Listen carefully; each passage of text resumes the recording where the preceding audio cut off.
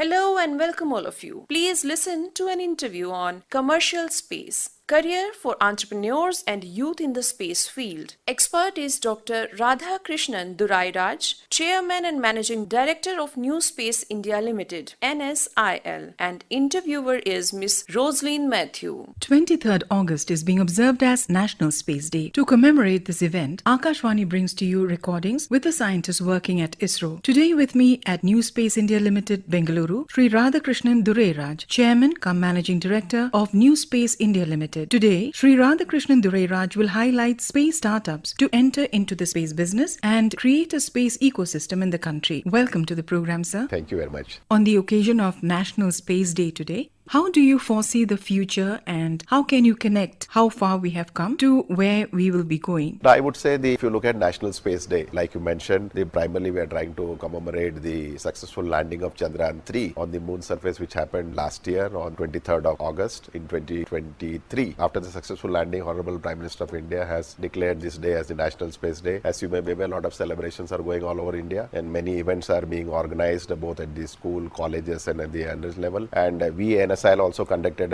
we were responsible for carrying out some of the events as part of the promotion of the space related activities to the colleagues from our Karnataka. So we organized one event. It was quite successful. So I would say nationally a lot of events are being organized, and 23rd August 2024 is the final conclusion of the activity that is going to happen in Bharat Mandapam in New Delhi. That's what all of us, and there is going to be large assembly of several number of peoples, both from the governmental, startups, industrial and even the international community people are likely to participate. So I would say in the years to come, there is enough scope for space startups to venture into commercial space, be it building, there are other companies in India also, startup companies who are building rockets on their own. Earlier when you talk about rocket, it was only ISRO who was building the rockets. Now there are a couple of companies in India who have come up with building smaller rockets, right? It's a very big step, to build rockets by a startup company is not a small thing to do in terms of the gestation time that is required to realize a rocket, in terms of design, testing, having a successful launch. It's a long period. But the fact that the space startups have taken up a step to realize rockets on their own, it's a very big achievement, I would say. And the other area which has moved little much faster is the expertise the space startups have now today in terms of building the satellites, smaller ones, but I would say technologically advanced, being more, I would say, software intensive kind of payloads. People are trying to come up with the concept. It's all a good beginning. And even in the ground segment, we have been seeing a lot of space startups or maybe Indian companies have been contributing heavily in realizing the ground segment elements. And when it comes to satellite services, we as a satellite owner provide a lot of satellite services, but converting this satellite capacity into downstream applications of, I think there are enough number of companies in India, startup companies who are using the Earth observation data for a very meaningful application for the use of a common man. And the downstream application is one of, again, it's a big revenue generating things. And I am finding that a lot of companies in India are also investing heavily and working on getting the satellite imageries and putting it for the common use for meeting various applications. It could be for urban planning, disaster monitoring, or maybe anything, even smart city architecture and designs, insurance purposes, crop insurance. Many applications are being developed. So it's a good step. So all these steps of maybe either building the rockets, building the satellites, doing the downstream application ground segment is going to grow very rapidly in the next 5 to 10 years. And I'm also very confident that the space economy that the government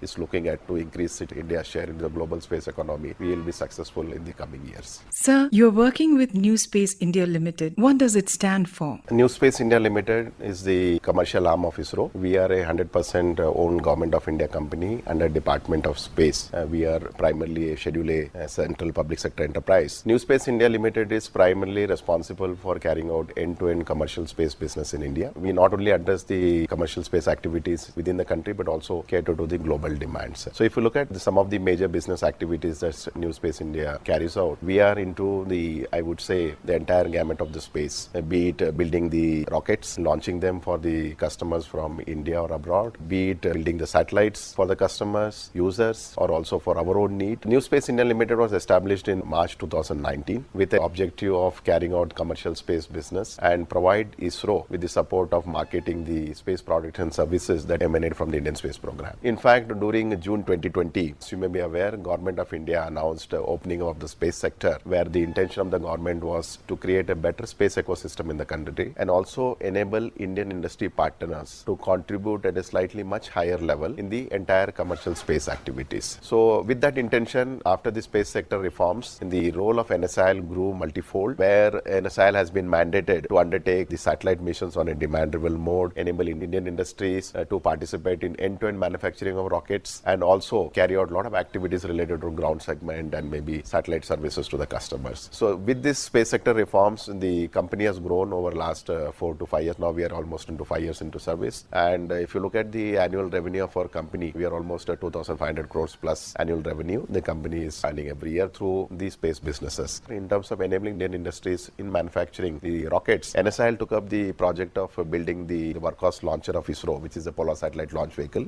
Though industries were participating earlier in building rockets, but this is the first time NSIL has made an effort in line with the governmental reforms, where we enabled the HAL and L&T, the two companies. They have invested with the responsibility to manufacture 5 rockets for us. Okay, and HAL is the lead bidder in this. We have contracted them. As a second step, we are also going into building the bigger launch vehicle LVM-3, and we are exploring the option to the next level, where instead of NSIL funding the entire mission for the rocket, where the industry also can become a partner in revenue investment. So we are looking at a model where the LVM-3 rocket, which is the heaviest rocket ISRO has ever built, can be realized through a PPP partnership. I think PPP partnership in space is a new activity that has not been done. Yes. So public-private partnership, where in addition to NSIL, it is the industry partner also can invest into the program and can also become the not only the revenue investment but also risk-sharing partner. So this is a model. I think the PPP model has been used in many of the other civilian projects, I would say. Non-strategic sector, especially the roadways, the airports, and all follow the PPP model. So this is one area we are trying to enter in the area of building rockets. Now when it comes to the other domain, when you talk about the space, we talk about rockets, we talk about satellites, we talk about ground segment, antennas, mission support, and host of activities. Another bigger domain of activity is the satellite building. As you know, in India, primarily when it comes to building satellites, heavier, and I would say most state-of-the-art satellite, it is in India, it's only the ISRO who are building the satellites. So we are also trying to see how we can tap the potential of the Indian space startups who have just made, I would say, the initial steps in building the smaller satellites, which is like a nano or micro satellite. So we are trying to encourage the Indian space startups by giving them, looking at an opportunity where we can place orders on them, where they can build the micro satellites and then give it to NSIL for its use. So these are some of the domains we are making inroads, and I'm very sure that in the coming years, some of the industries here in the private industries in India, as the sector is getting reformed after June 2020, people have started investing more and more into the space business. The days are not far when the startups also will start building bigger satellites, equivalent to what ISRO has been building so far. So these are some of the areas we are seeing how do we encourage the space startups. The idea is basically today, if you look at the total share,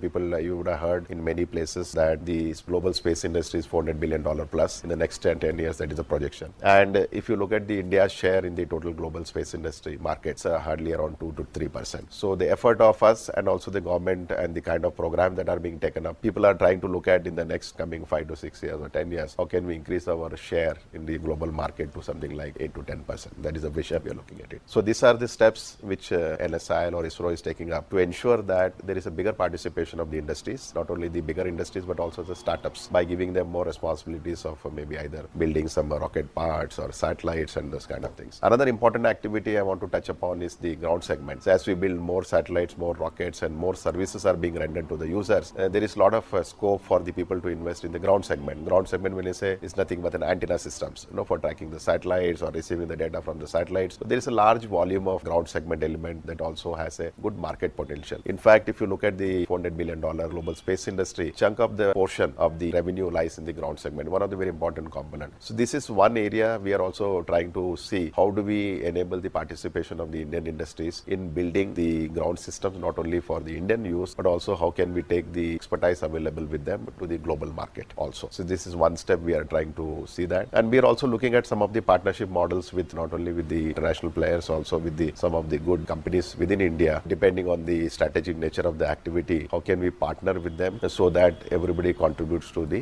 growth of the space ecosystem in the country? This is what we are aiming at. So you're talking about startups. How do people reach to that level of expertise that they are able to get into NSIL? Now, if you look up today, I have been mentioning consistently that the space startups have been existing in India for some time. But what happened was when the government announced these space sector reforms in June 2020, the visibility of the space startups who have been doing in the space related activity has a little bit opened up more. So many of these startups companies that we have interacted in India, I'm talking about these startups within India, we have interacted, they were into building these nano satellites. Nano satellite is a small satellite satellite of something like 3 kg, 6 kg kind of thing. So we help them in launching their satellites on board ISRO's vehicle. Basically, since we have a responsibility to provide launch services for the satellites, we handheld them on a commercial basis to launch the satellites into space. Now the next step, what happens if you look at the space industry? When somebody has to build the satellite, he needs to have an order for whom he is building for. So there has to be an end customer for which the satellite is being built. So we are trying to explore an opportunity for the space startups by giving them more orders for building satellites when there is a need for the government. This is one of the area we are reaching out. And if you see in terms of the visibility, because we are the only the space PSU in the country who work on providing launches, help them in doing satellite building and those kind of stuff. So I think it was very easy for us for the space startups to reach out to NSIL for seek the services what they don't have. Many times in the initial stages, I remember when the space startups reached out to us, they wanted a lot of technical consultancy services from the ISRO expertise which was available in terms of the technological challenges that they have been facing. Sometimes the request was, can we use the facility that are available in ISRO for testing their satellites or something like that? Or sometimes if they come up with a new systems that are being realized, can we have the expertise of the ISRO engineers in reviewing their designs and then saying that it's okay, we can go ahead. So those kind of baby steps that was taken up maybe 2-3 years back. Space startups have come to a stage where they can realize a satellite on their own. So primarily now we are trying to see how to provide them the launch opportunities on the ISRO's launches and also trying to see how to find the customers for them so that the industry people can realize more number of satellites, maybe civilian,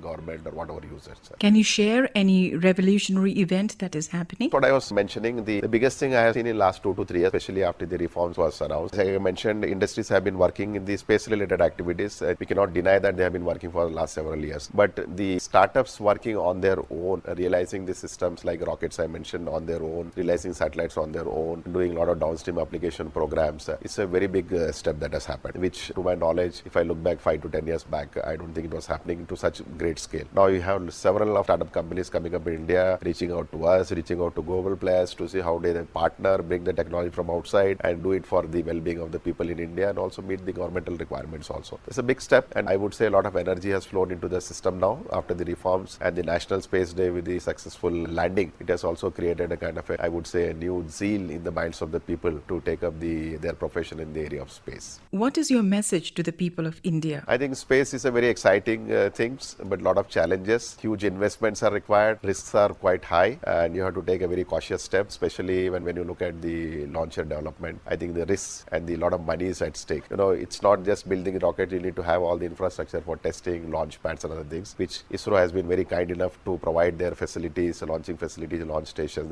That's all a good sign. But as an industry, for them to even think of starting the design and building a rocket where almost 5 to 10 years you see only expenditure budget, there is no revenue. Unless you build and launch it, you don't get any revenue. So that's a good sign. People are ready to take that kind of risk, put a big money into the system. But once they mature and come to a stage, then they will see the real fruits of this particular thing. And your message to the youth of India? I think I would myself, being an aerospace engineer, I would see that more and more people, engineering people or maybe another professional management people start working on the area of space. It could be anything. It could be even satellite launches, space business, management, field of, I would say every gamut of engineering, management discipline plays a role in the space business. I would encourage all the younger generation to maybe look at the opportunities that is emerging in India. Space opportunities were not so common in India. I find all over the place people are talking about the space. So good opportunity for them to utilize this opportunity and get the best expertise that is available in ISRO to the benefit of the society and for their own need. We should not miss out the young students. What is your message to the young students of India? Young students, I think maybe we see a lot of, in fact, the National Space Day event which was organized by NSIL, we found almost hundreds of students from the schools coming up, participating in all the national, I would say, the quiz competitions. We were so surprised to see the kind of knowledge and the awareness in terms of the various events that has happened in the space arena. And I would say many times we found even we were struggling to find what the answers were, but they were already knowing it. That is the kind of awareness they have. So I think this interest should continue and they choose a profession, the area which is more exciting. Mostly now when you talk about space, it's more looks